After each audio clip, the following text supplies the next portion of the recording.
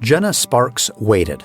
All of Jessamine County waited, as officials considered her petition to bring down the Confederate statue.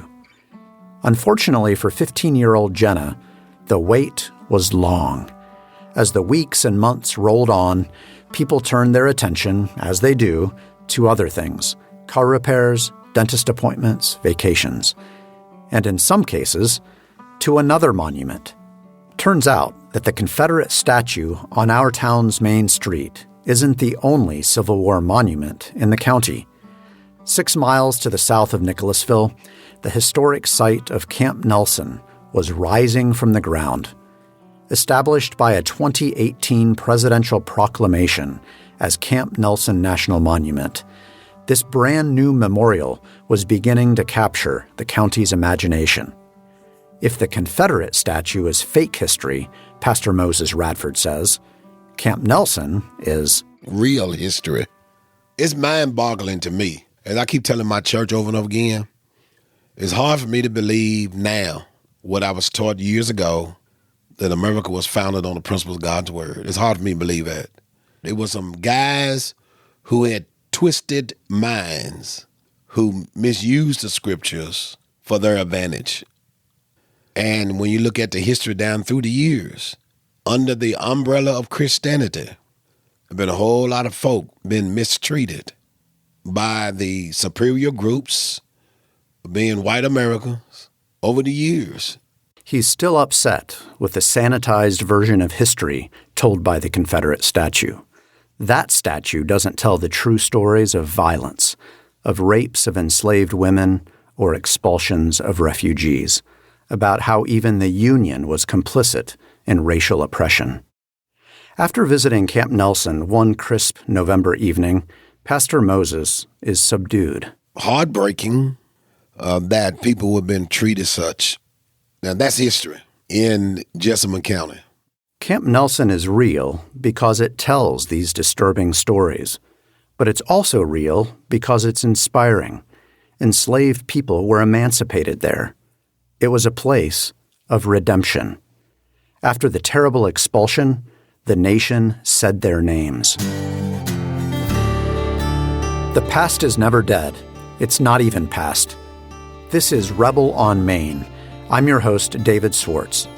Episode 5, A Rival Monument.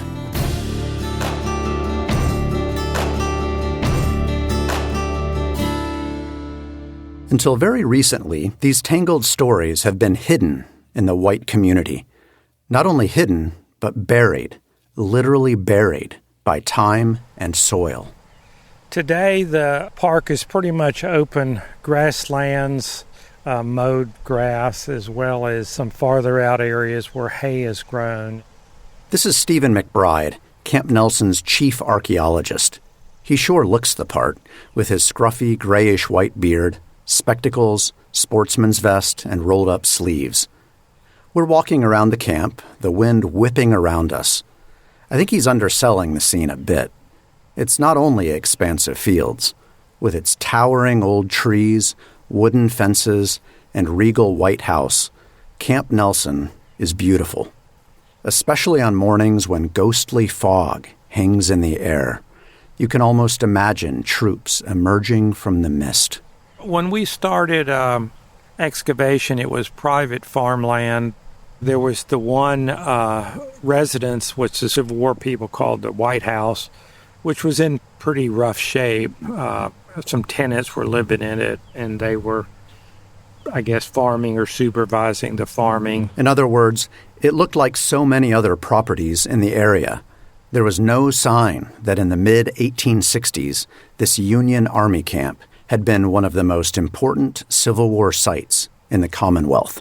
There would have been about 300 buildings here, 1,000 to 2,000 civilian employees, and then anywhere from 1,000 to upwards of 8,000 soldiers here, and then horses and mules in the thousands that were stored here to be sent elsewhere, and then also used here to pull wagons or buggies that were used in maintaining the camp. So It would have been much more of a bustly place and actually one of the larger urban centers in Kentucky at that time.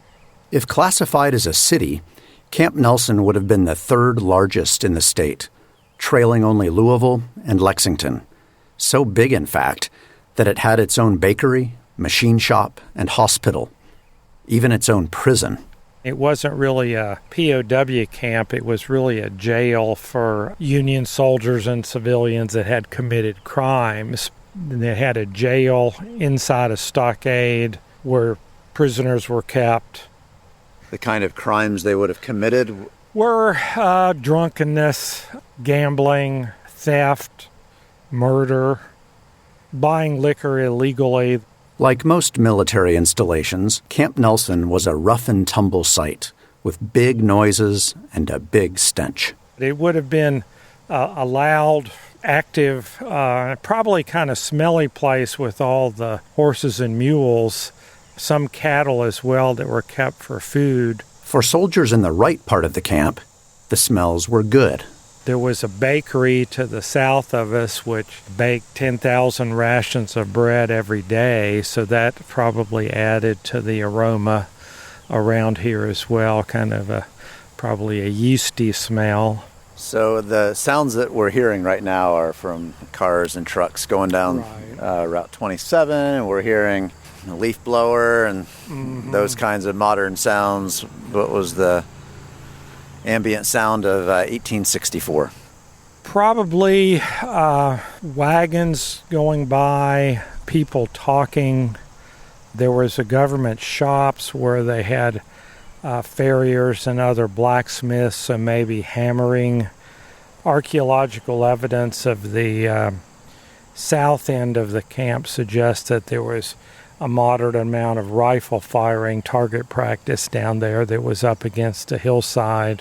So some gunfire, bugles announcing changes of guard or time for dinner or what have you. Now, that's hard to imagine. It's a peaceful, wide-open place. A perfect place to have a picnic and toss a frisbee. So if you're not an archaeologist or a local historian, you don't know that anything happened there. Right, and if you just drive down the road today, you'd see some signs. He's talking about a couple of road signs. You know, those old historical markers with gold trim, the ones easy to miss when you're speeding past at 65 miles an hour. But if you didn't stop, you wouldn't know what that story was necessarily. Even if you do stop and read the signs, it's still hard to grasp this place. Just how polluted and smelly and enormous and exciting Camp Nelson was. In the last year of the Civil War, 80,000 soldiers passed through its gates on their way south to crush the Confederacy. McBride explains where all the people and buildings went. Soon after the Army vacated. That would have been soon after the end of the war in 1865. Many of the buildings were put up for auction and people purchased them and then took them down and took the lumber elsewhere. Within a year, only one building remained, the antebellum plantation house. Most other visible evidence of Camp Nelson was gone. Also gone in the following decades were public memories of the black soldiers and refugees. Their descendants remained in a tiny hamlet at the site of the old camp, but most early histories erased them as Jim Crow solidified. And then the black residents began to leave. By the 1990s, the historic community looked almost like a ghost town. But lately, Camp Nelson has been changing. I talked about this with Robert Gates, pastor of the historic First Baptist Church of Camp Nelson. As I was driving in this morning, I was noticing all these big fancy houses going up. I mean, what it feels like to me is that this community is gentrifying. Am I seeing that right? You are correct. And is it mostly white people coming in and building? Right now, over in that area that you see, is white. Right now, the African American population of Camp Nelson is 1, 2, 3, 4, 5, 6, 7. That's just 7 homes, out of maybe 25 in what used to be a completely black area. And at that time, all this down here was African American. And because of job situation, they moved away. And what happens? Every time, they don't want to live beside you, but when they see you no longer there, then they want what you got. So white folks got the land. They also got the history. It was told to me that the only thing that they said about Camp Nelson out here on 27 was a little bitty sign. And that was it. Reverend Gates is referring to the historical marker put up in the 1970s. It was basically a short biography of William Bull Nelson. He was a Union general and a high-handed bully with a sharp tongue who was shot by a fellow Union general he had insulted. That's who the camp was named after. But there was no mention at all of an African-American connection. Never told a story. And the people who was in charge been doing it for forever and ever and ever. And the light did not come on. There was never a black presence. Aside from the Confederate statue on Main Street and the big white house at Camp Nelson, that small sign by the road was the only visible reminder that anything had happened here during the Civil War. But occasionally, reminders of the war surfaced. One metal detectorist found a set of wedding rings, one locked inside the other. It was a kind of memorial to the nearly 100,000 soldiers who had once lived and loved here. He also found buttons and bullets and bayonets and canteens. In 1929, a farmer plowed up a cannonball, but that ball did not have a partisan identity, at least not to many white residents. They knew that the Civil War had been fought in their backyard, but many did not really distinguish between Union and Confederate. Some even got them completely mixed up. McBride, the archaeologist, discovered this on one of his first digs in the 1980s. You know, we'd get people stopping by, and this one lady stopped by, and a local, and asked me what we were doing. And McBride told her he was digging up Camp Nelson. She got excited and then said, one of her ancestors had been there. And I said, oh, that's cool.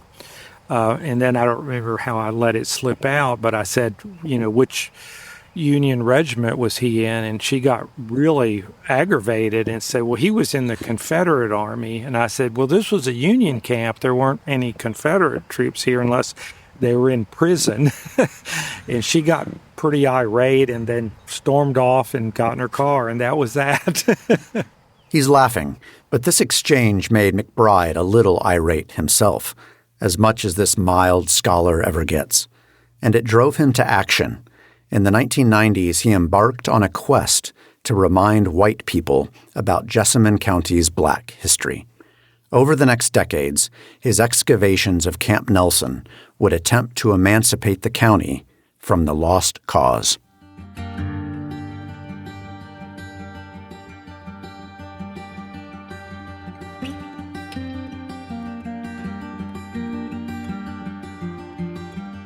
The Civil War wasn't really on McBride's radar when he was a kid. He had grown up watching National Geographic specials on his family's black and white television, and his favorite episodes had to do with old stuff, the very oldest stuff. Fossil humans, to be exact. His childhood heroes were Mary and Louis Leakey, who discovered a 20-million-year-old skull in the gully of an island near Lake Victoria, Kenya. He hoped to do what they did. McBride's dreams came mostly true. After college, he got a job working for the University of Kentucky. That brought him to archaeological digs at Camp Nelson. It was a grant, and we came down to do that and then stayed. Yeah. One thing led to another. And McBride never left. It turned out to be a wild ride, one that for him was just as exciting as digging for hominids in Africa. But it began in the most mundane manner possible, road construction. Hoping to encourage economic growth, Jessamine County made plans to widen a treacherous 4-mile stretch of Route 27. This road was becoming an important link between Lexington and southern Kentucky, and the existing two-lane road could not accommodate the growing volume of tractor-trailers and commuters, and the traffic was projected to triple over the next 30 years. Jessamine County was the second fastest-growing county in the state. Everyone loved the idea of the new road, except for McBride. The problem was that the new road would run right through Camp Nelson. And I was a little bit upset about it and thinking maybe they could move the road to somewhere else. And I went and talked to the SHPO about that, and he said no, because they had already built the 4-lane bridge across the river back in the 1970s. But McBride refused to take that no for an answer. He showed up at the Kentucky Heritage Council with archival documents, including an 1866 map that had lots and lots of buildings on it. It was called the Miller Map, and it proved the existence of an elaborate military camp. Clearly, there was more to Camp Nelson than just the lone surviving plantation house. The Heritage Council listened. They didn't entirely stop the project, but they delayed it, and a final ruling by the Department of the Interior gave McBride 1 year to excavate. In your judgment, do you think a year was enough to do what you needed to do? Of course not. Spoken like a true archaeologist. Yeah, of course not. But a year was what he had, so he got to work. You do what's called shovel test pits, and these are small pits, either about 30 centimeters up to 50 centimeters at a regular interval across the right-of-way. And you dig those with a shovel and look at the soils, look for stratigraphy. Stratigraphy means layers of stuff. Think of making lasagna. You start with the sauce, then layer pasta, add some cheese, another piece of pasta, more cheese, and so on. These ingredients are soil and debris that pile on top of each other over time. By exposing those layers in shovel test pits, archaeologists are unlayering time. They're figuring out which layers belong to which era. McBride's analysis of stratigraphy at Camp Nelson helped him find artifacts that dated to the Civil War. And you push the soil through a wire screen to capture artifacts. And then you use that information to predict the distribution of artifacts or features or cultural midden. Midden is an archaeological term for a waste dump, which is maybe a darker or more organic soil across the site. With the clock ticking, McBride and his team dug more. It was made a bit easier by the kind of soil at Camp Nelson. It was a yellowish-brown, silty clay subsoil that allowed human-made features to stand out more clearly. They found a lot of intriguing things: metal shavings, military buttons, ceramics, two-pronged forks, large hog bones, bottles of sardines, bottles of liquor, and evidence of a billiards hall and a photography studio. Some of the artifacts teased them with their untold stories. No one knew what to make of the Confederate button from Louisiana found near the center of the Union camp. But it all confirmed that this was a really important place. The proposed road would plow right through a remarkably untouched patch of ground. Camp Nelson was the best preserved supply depot and emancipation center of the Civil War. Still, it was hard to figure out exactly what they were looking at. The Miller Map, the map McBride had shown the Kentucky Heritage Council, just had shapes of buildings. They didn't know what a lot of them actually were. Because it's from an archaeological perspective, you'd like to know what you're excavating if you can. So McBride traveled to the National Archives. He requested old papers filed under the Quartermaster Department, which was in charge of military supplies, then under the category of Kentucky, and then under Camp Nelson. Probably no one had looked at them in the 150 years since they had been filed deep in the archival warehouses. And there are these long, narrow drawers, and they fold up all the documents into like little sleeves that you stick in there, so they're real narrow. Yeah. And these elevation drawings were quite large sheets of paper, like map-sized sheets of paper. So they were folded up like 20,000 times to get them to fit into the drawer. And you'd notice they're these really fat things. McBride pulled one out and very carefully unfolded it. The paper took up the entire desktop. I think I had been to the archives maybe half a day or so when I found it. It was the interpretive key to Camp Nelson's geography. My reaction was, holy smoke, this is great. And then it was like, well, I'm done. I can go home now, which I didn't. It was an elevation drawing of U.S. Army buildings at the site. And right in the middle of the drawing was a number. In fact, a number on each building. And these numbers matched exactly the numbers on the 1866 Miller map. McBride's team had no idea what those numbers meant, but now they did. In fact, the map now perfectly predicted the artifacts McBride was excavating from the ground, and this meant that he could find other significant archaeological sites at the camp. In quick order, he surgically dug test pits and found the hospital, machine shop, and headquarters. But what McBride found next was stunning. This is quite a bit south of where we're standing. Let's walk this way so I can get a better view. Yeah. We're right above kind of a little valley where a stream runs through, kind of to the southeast. There's a spring, and then the stream runs below the spring, and then eventually just goes underground in a sink. But it passes through the warehouse area. This was not a place that the Union Army cared much about, except for the storage of supplies. This swampy low area was what the high ground drained to. It collected the runoff and the trash. It wasn't a place that seemed fit for humans. And yet it told one of the most important stories of the Civil War in Kentucky. It was the site of the Camp Nelson refugees before they were expelled. We just came across it archaeologically as looking like a domestic encampment, and then started picking up artifacts that were indicative of women and children. Lots of those artifacts involved laundry. McBride found clothing irons and buttons. So many buttons. The buttons proved what one soldier of the 124th Colored Infantry had said. In an affidavit after his wife was expelled from the camp, he said, "They never eat a mouthful off the government. My wife earned money by washing." So she wasn't a prostitute. That's what some people had said. She wasn't a beggar. That's what others said. She was an entrepreneur. She washed soldiers' clothes. Historians still don't know her name, but she had accomplished the hard work of surviving. She had survived life in slavery. She had survived life as a refugee. And she was still alive after the expulsion.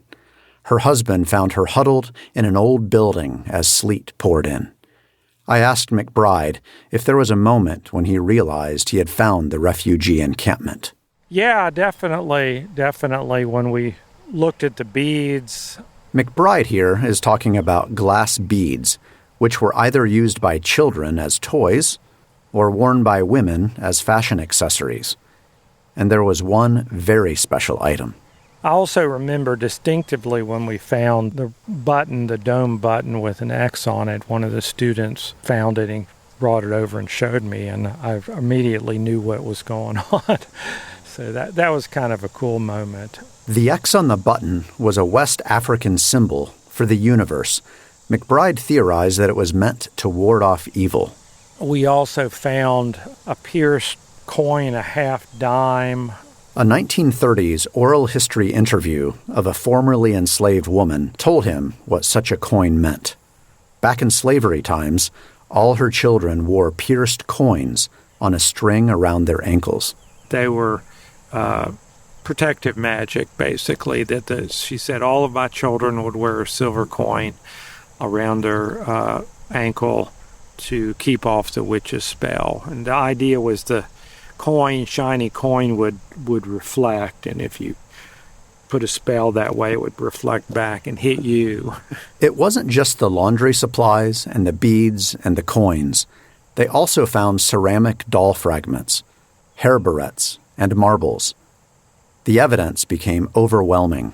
There was clearly something going on here, that there were women encamped here, which is abnormal for a military camp of the Civil War era. But McBride's excitement was tempered by something else he found. And then we found quite an extensive evidence of burning, a massive burning. We know that at the expulsion of the refugees in late November 1864, that the Army burned their huts down, and we found quite a bit of evidence of that.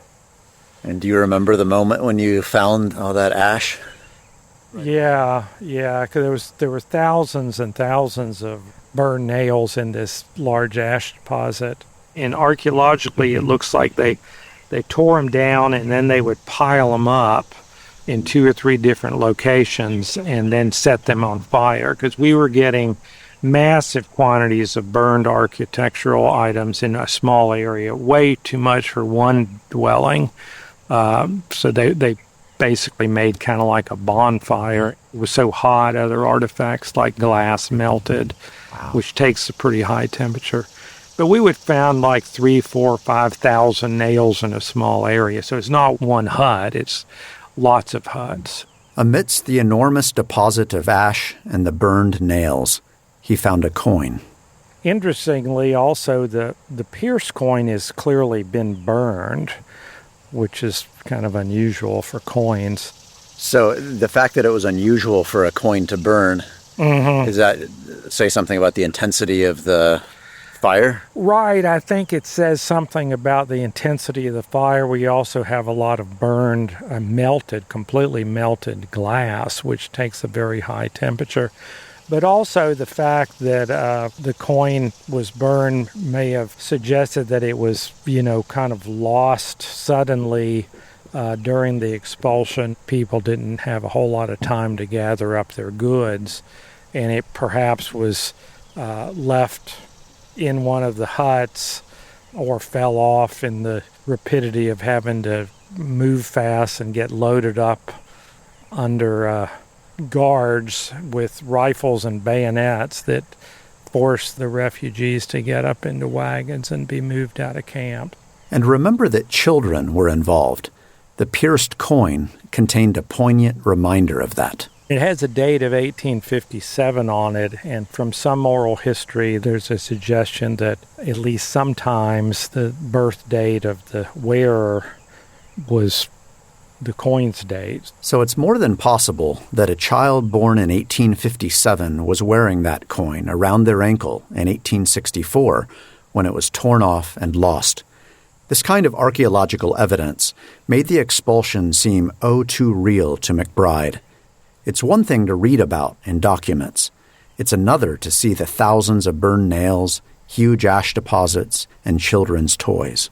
And so that was a stark, material, physical evidence and reminder, kind of a slap in the face of this is what happened right here.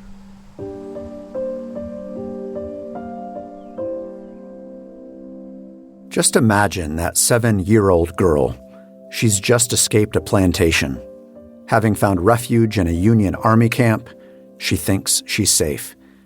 But she watches military men tear down her hut, men she thought would protect her.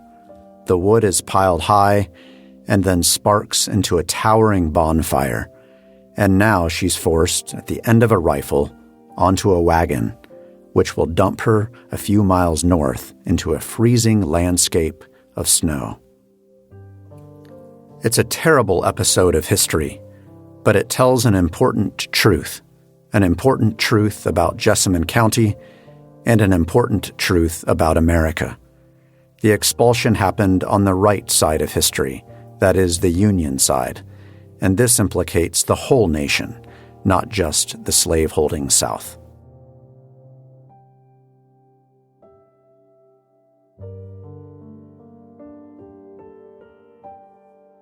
From the outside, it looked like McBride was unearthing Camp Nelson for the very first time. But the black population of Jessamine County knew all along. Some of the soldiers and refugees remained at Camp Nelson well into the 20th century, and their descendants stayed too, some to this very day. Calvonia Radford, the wife of Pastor Moses, and other black women in area churches have worked really hard to curate local black history. We don't have a lot of written history other than what we have in the family Bible that is yellow and, the leaves are beginning to start to crumble. But you'll see fat Bibles, that have all that stuff stuck in them, kind of archived informally to hold on to things. Things like obituaries, newspaper clippings, locks of hair, and family trees.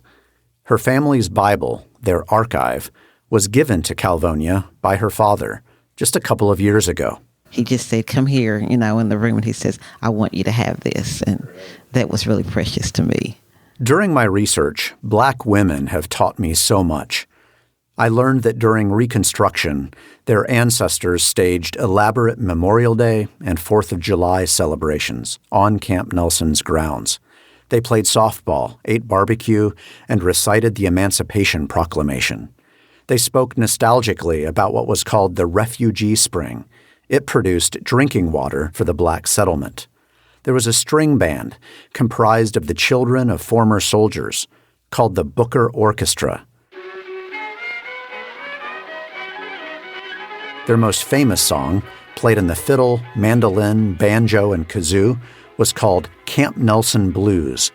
It's now being rediscovered by musicologists who say that this lively song was an important forerunner of modern country music. All these cultural activities sustained the refugee population during the long, rough century of Jim Crow. Before Stephen McBride's excavations, these stories were not reflected in the roadside signs or at the local historical society. They aren't portrayed in a monument on the courthouse lawn, nor are they central to national narratives of emancipation, which are still dominated by Abraham Lincoln and the Emancipation Proclamation. But all along, black folks have been nurturing memory about the role of enslaved people in their own emancipation. Their ancestors seized freedom as much as received it. I interviewed dozens and dozens of people, and I was amazed at the specificity and intensity of their stories, and by their gratefulness that I cared enough to ask. But not everyone seemed grateful. You met Reverend Robert Gates several episodes ago. He's a distinguished man with a big, bushy white beard and eyes that dance. We happened to meet each other over fried chicken, mac and cheese, and green beans at a Black History event at the public library. Soon he was telling me in urgent terms about Black history being erased. We hear constantly about the white pioneers who settled the bluegrass, but they never traveled alone, he said. They had black companions. He wasn't sure what to call them, slaves, servants, employees, colleagues. Whatever they were pioneers, just as much as the legendary Daniel Boone. And then Reverend Gates got almost conspiratorial, whispering a phrase I had never heard: the traveling church. He hesitated to even say the words, but he was very direct about his punchline. With the gravitas of a black preacher, he declared that we need to, quote, colorize history. Captivated by his words, I asked if I could get that on tape. He smiled and said, "Nah, not right now." I was so confused and frustrated. If history needed colorizing, why wouldn't he tell a historian his stories? I wanted to take his story public, but he didn't seem to want my help.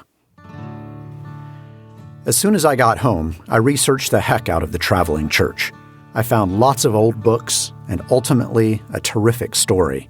It involved a caravan of more than 500 Virginia settlers who left for Kentucky during the American Revolution.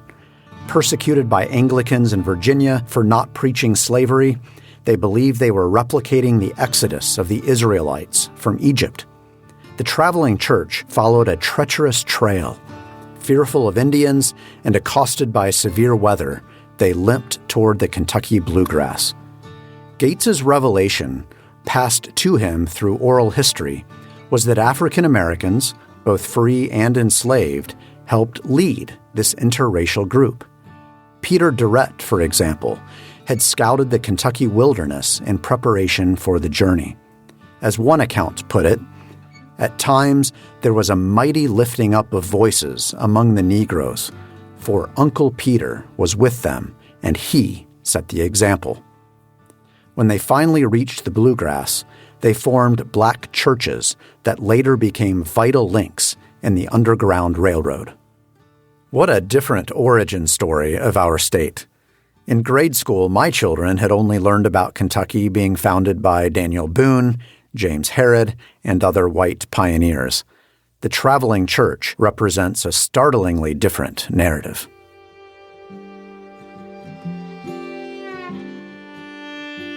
Reverend Gates declined my interview request, but we found other ways to get to know each other. I saw him around the county, I visited his church, we exchanged emails, I fed him archival material. I sensed that he liked me. He always greeted me with a big smile, but he didn't seem to trust me with his stories. Until finally, he agreed to an interview. So here's my theory, and I came to it after reading a book called The Women of Nelson. Do you know this book? Not familiar with that. The Women of Nelson is a 1990s novel by Shirley Hayden that no one else has heard of either. Our local library doesn't even have a copy. It's that obscure. But it shouldn't be. It's an incredibly powerful and painfully raw account of the Camp Nelson expulsion. The main character, Sadie, sees visions of her greatest grandmother being expelled from the camp. She ends up dying in the snow. The novel then moves forward in time as a white man sits on a black woman's porch drinking her sweet tea. Sometimes the author calls him the college man, sometimes Professor Dogood. He asks Sadie about the bones of women and children who perished during the war. He wants photographs, but Sadie declines. She says, "Nothing is free." But the white professor takes her picture anyway and sets off, quote, to dig up the entire county looking for relics. He ends up co-opting black memories too painful for Sadie to tell. In a bitter prologue to the book, the author indicts history written on, quote, white pages. Just as wrenching as the book's violent imagery, at least for me, was to read about the intrusive professor. I couldn't help but ask myself, am I him? Is my excavation of stories just an academic puzzle that's unfeeling of black people's pain? And even if I mean well, and I think I really truly do, am I acting like a white savior?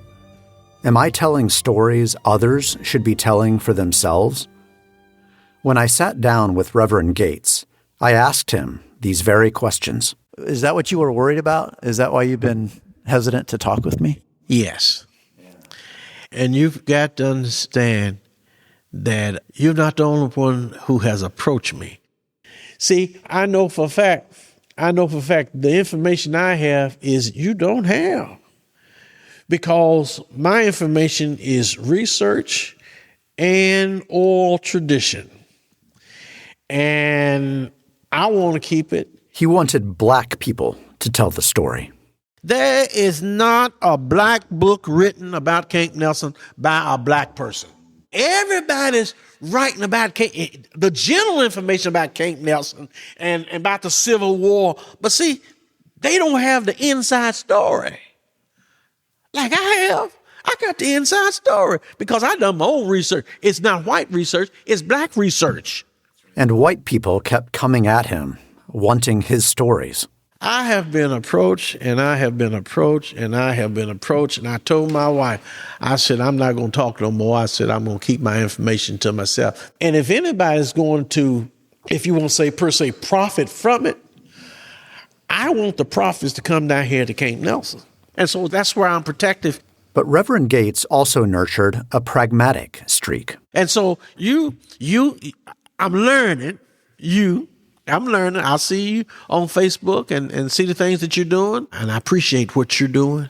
I appreciate this opportunity because it gives me the opportunity to get the word out. And I don't know the ins and out of what you call this podcasting, but I'm hoping that if it goes out there, that I can get it, and then I can send it out through the African American community, and people can hear it, because that's how you preserve getting the information out. So that's what I appreciate what you're doing. I appreciate it. Here, then, is just one of his stories, in his own words. Jesse Comersall told interesting story. That's Gates's great-great-grandfather. Like so many enslaved people, Toll's history is shrouded in uncertainty. One record says he was born in Missouri. Sometimes it says he was born in Kansas. It was said that he was owned by a man named F.S. Toll. When he died, he awarded a young black child to his daughter, and he took upon the name of a Toll. That act of naming is significant for Reverend Gates. That was not only a technique of the Anglo-Saxon here and in America. That was what they did in ancient Christianity, in ancient time. In the Old Testament, it says that when the Persians came in and the Babylonians took Daniel, then they stripped him of their identity. They stripped him of their name and gave him Daniel and gave the 3 Hebrew boys. They gave him those Shadrach, Meshach, and Abednego, but that was not their original names, because if you strip them, then you are able to control them. But the daughter did something illegal in Missouri, that made the enslaved man Toll less controllable. She taught him to read. Somehow, and Gates does not know exactly how, Toll got free and made his way to Kentucky, where he enlisted in the Union Army. Kentucky was a place he had heard about because his parents had previously lived there as part of the traveling church. And when he came to Camp Nelson, they take the person who was smart, and so they put him in charge. It was not common for an enlisted black man to be able to read, and so Jesse Comersall Toll rose rapidly through the ranks. And in his record, you'll see he started as a private, he started as a sergeant, and then it says that he was demoted, and then he was a sergeant again. This was in Company C of the 119th U.S. Colored Infantry. In this role, Toll helped to recruit, enlist, and emancipate many enslaved men. Like his descendant, Reverend Robert Gates, he was a minister. He preached for the soldiers and refugee families at Camp Nelson. And then he stuck around to establish the First Baptist Church of Camp Nelson, the very church Reverend Gates and I were talking in. It makes me feel proud. And why it makes me feel proud? It makes me feel proud because in Jessamine County, see, I grew up in Jessamine County. I remember my first time when I was confronted with racism. And it was in 3rd grade, and I said to this little blonde-haired girl, I said, would you be my girlfriend? I never did know that I was black. And she responded to me, we don't date you. And that was my first time of knowing that I was in a white society, and that was in Wilmore Elementary. So all that time, I've been carrying that. Never speaking about it, but I've been carrying it. How could Gates feel pride after his 3rd grade humiliation? How could Jesse Comersall Toll feel pride after his enslavement? For Gates, for Reverend Gates, it all comes back to faith. You may strip us Monday through Friday, but Sunday morning coming. And Sunday morning is when we had our identity. That's why in the black church, when they come to church, they put on their finest. They come to worship God. They come to see the King. And the thing about it, you may not respect us out there in the community, but there's a place that you cannot disrespect us, and that is in the local church. So the word that I think encapsulates this entire conversation is one that you used when we first met. You told me we need to colorize history.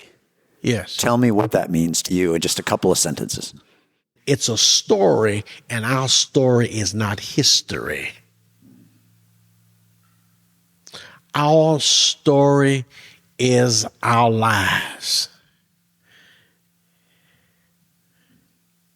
That's what it is. And when it's your story, you can speak passionate about it because you had a part to play. It's a great point. History is ultimately a construction. It's not the actual past. History as it has been told, especially when whitewashed, is not Reverend Gates's story. His stories of Camp Nelson, inherited by oral tradition, are both inspirational and hard, and he has a part to play in passing them forward. He insists on colorizing the camp. As the 20th century turned into the 21st, a lot of colorful material was getting unearthed. Stephen McBride was digging, Reverend Gates was passing on his family's oral history, and for the first time, local government got involved. Even after the road construction finished, it paid McBride to keep on digging below the ground. New historic markers that memorialized the colored soldiers went up. A stone obelisk was put up at the cemetery in memory of those who died at Camp Nelson. The county organized reenactments of black troops at an annual event called Civil War Days. They even built an impressive little museum. Remember Judge David West, the man trying to figure out what to do with the Confederate statue? Through the 20-teens, he contributed a lot to the memory of Camp Nelson.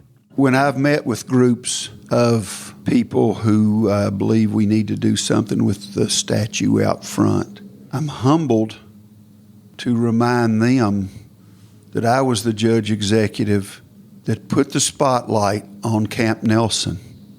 When I became judge executive, Camp Nelson was rarely utilized. Our schools didn't take trips there, even though we had a fantastic interpretive center.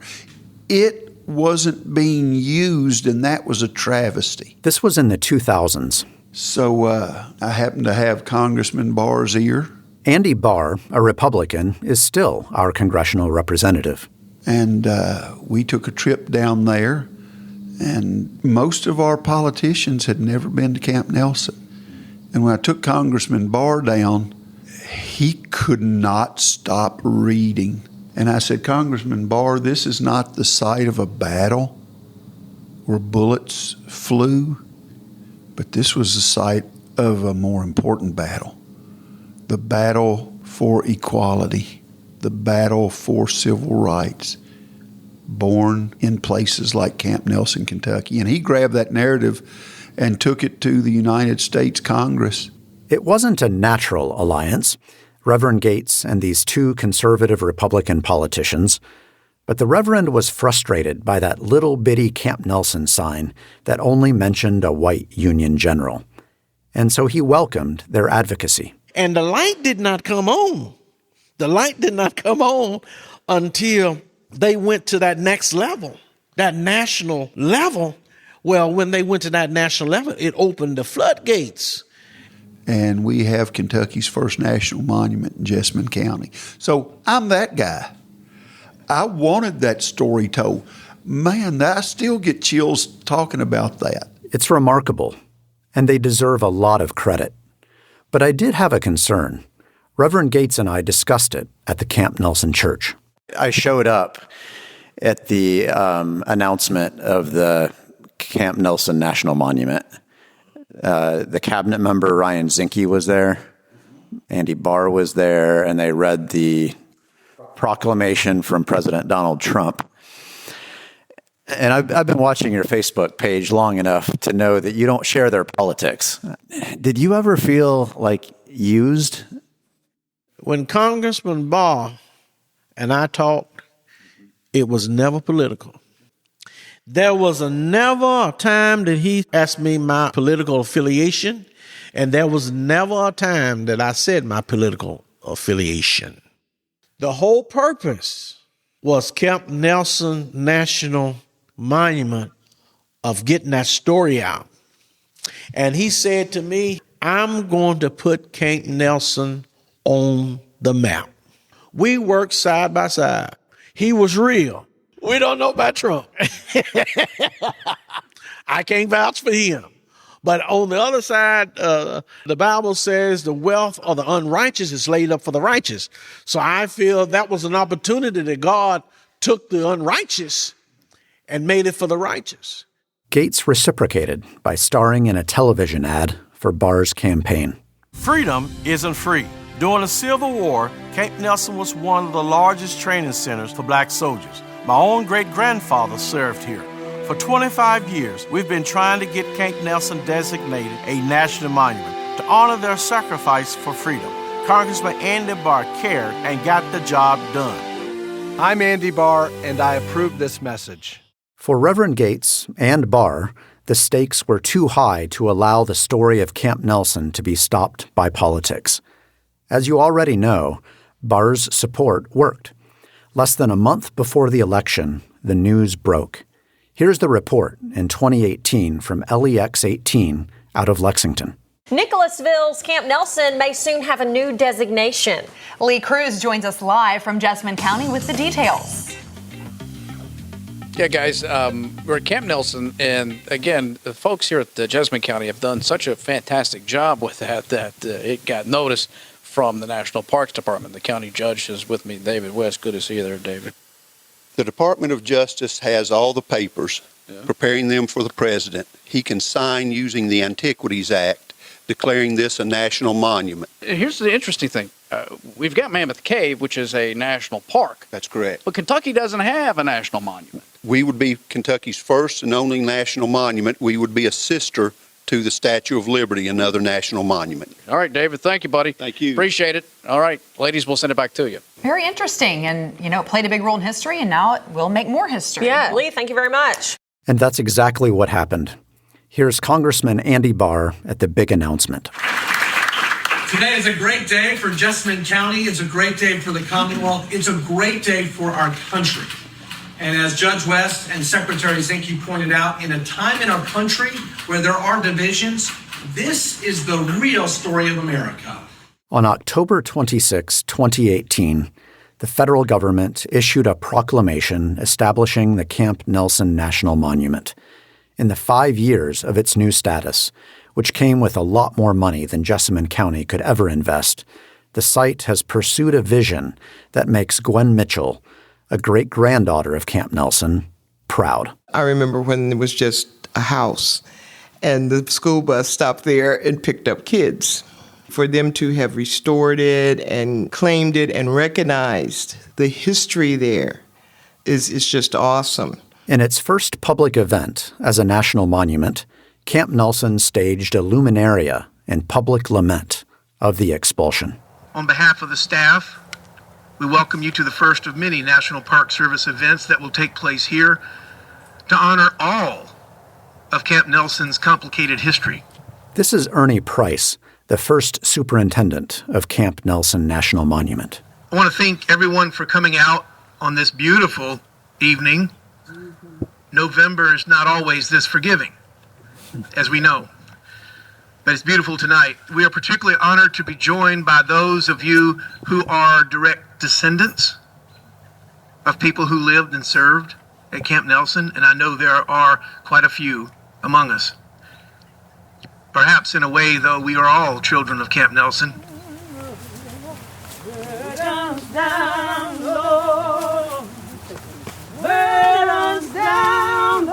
Hundreds of us walked down a mowed path to the obelisk at Graveyard Number 1. It was surrounded by more than 100 luminaries, one for each of the refugees who died 157 years ago during the expulsion. As they were lit, Chief Interpreter Steve Phan, himself the son of refugees from Vietnam, told the story. Many of these men, husbands, brothers, sons, enlisted with the promise that they could take care of their families. That was a lie. Over the course of 1864, On at least 8 separate occasions, the U.S. Army will expel black refugees from Camp Nelson. In November 23rd, 1864, they will drive out 400 who will wander up the road towards Nicholasville with really nowhere to go.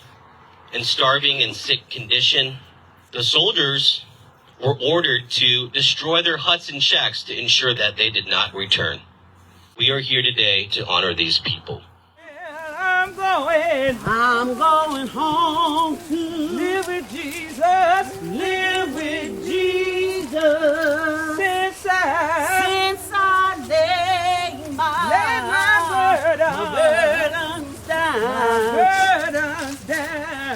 I'm going home to live with Jesus. It was a powerful night. I felt it. So did many others I debriefed with back up in Nicholasville. Here's Pastor Moses. It was awesome. Very informative, enlightening, very moving, heartbreaking that people have been treated such. Now, that's history in Jessamine County. Here's Anna Kenyon, an administrator at the Jessamine County Health Department. But for some reason, it hit me that first time I did it, and here we are out in the field, all bundled up in our blankets and our coats and our hats and gloves. Can you imagine that night when they were expelled? And that's what brought tears to my eyes, because these were real people. We're not talking about a movie. We're talking about real people, and we're talking about people who had children.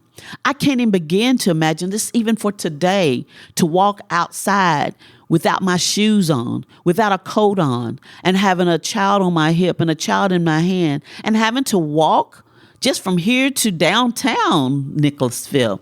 But Anna was encouraged, too. I'm sitting here talking to you, a white man. You're interviewing a black girl, wanting to hear something she has to say, whereas in the past, that would have never happened. I wouldn't have had a voice. That's progress. Reverend Gates rejoiced from the pulpit. Look where God has brought us. God has taken a land that was dead and now has given it life by the lighthouse of the preaching of the gospel shining in the community of Camp Nelson. But God has brought us a mighty long way. In his quieter way, archaeologist Stephen McBride was grateful too, as we talked on a hillside overlooking the gully where the refugees once camped. So I've had a connection with Camp Nelson for off and on for about 30 years, I guess. Man, that's a big chunk of your life. It is. It's about almost half of it. Right. So as you kind of gaze around the camp here, I mean, what does Camp Nelson mean to you? Well, I feel like I've helped it become what it is, and that makes me feel good. I think it has a significant story to tell, and we'd like that story to get out to a broader audience. Significantly, that story wasn't Confederate. And it wasn't just about keeping the Union together. It was an interpretation of the Civil War that featured emancipation. Camp Nelson, finally, was centering black experiences. Through the archaeology, we've helped tell perhaps a more personal story of people that were here that couldn't speak for themselves. Maybe this is the answer. More history, not less. Maybe all the focus on the Confederate statue is burying the lead or looking in the wrong place. In 1865, when Quartermaster Theron Hall stood up for the refugees, and then again in 2018 when it was named a national monument, Camp Nelson was a model of coming together across partisan divides.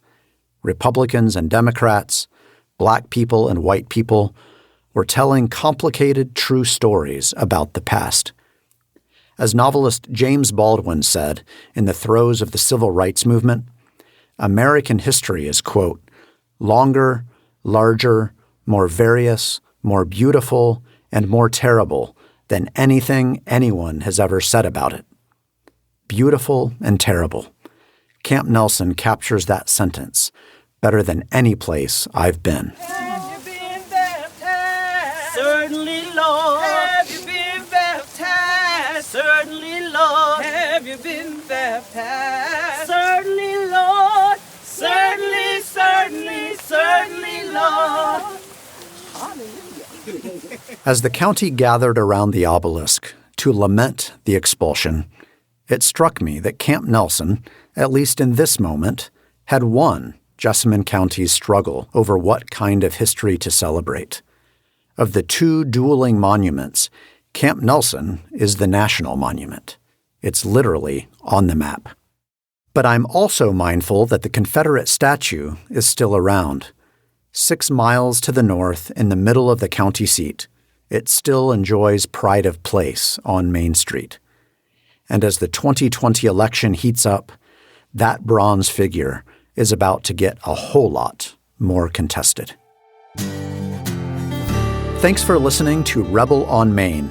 Special thanks to story editor Stephen Smith, audio producer Barry Blair, and Asbury University and the Louisville Institute for their generous support. Be sure to subscribe and leave a rating and a review so others can find us. For pictures of Reverend Gates, Camp Nelson, and artifacts unearthed by archaeologist Stephen McBride, head to rebelonmain.com. And if you're traveling through central Kentucky, stop in at Camp Nelson National Monuments Museum to see the Booker fiddle and banjo. I'm David Swartz. See you next time.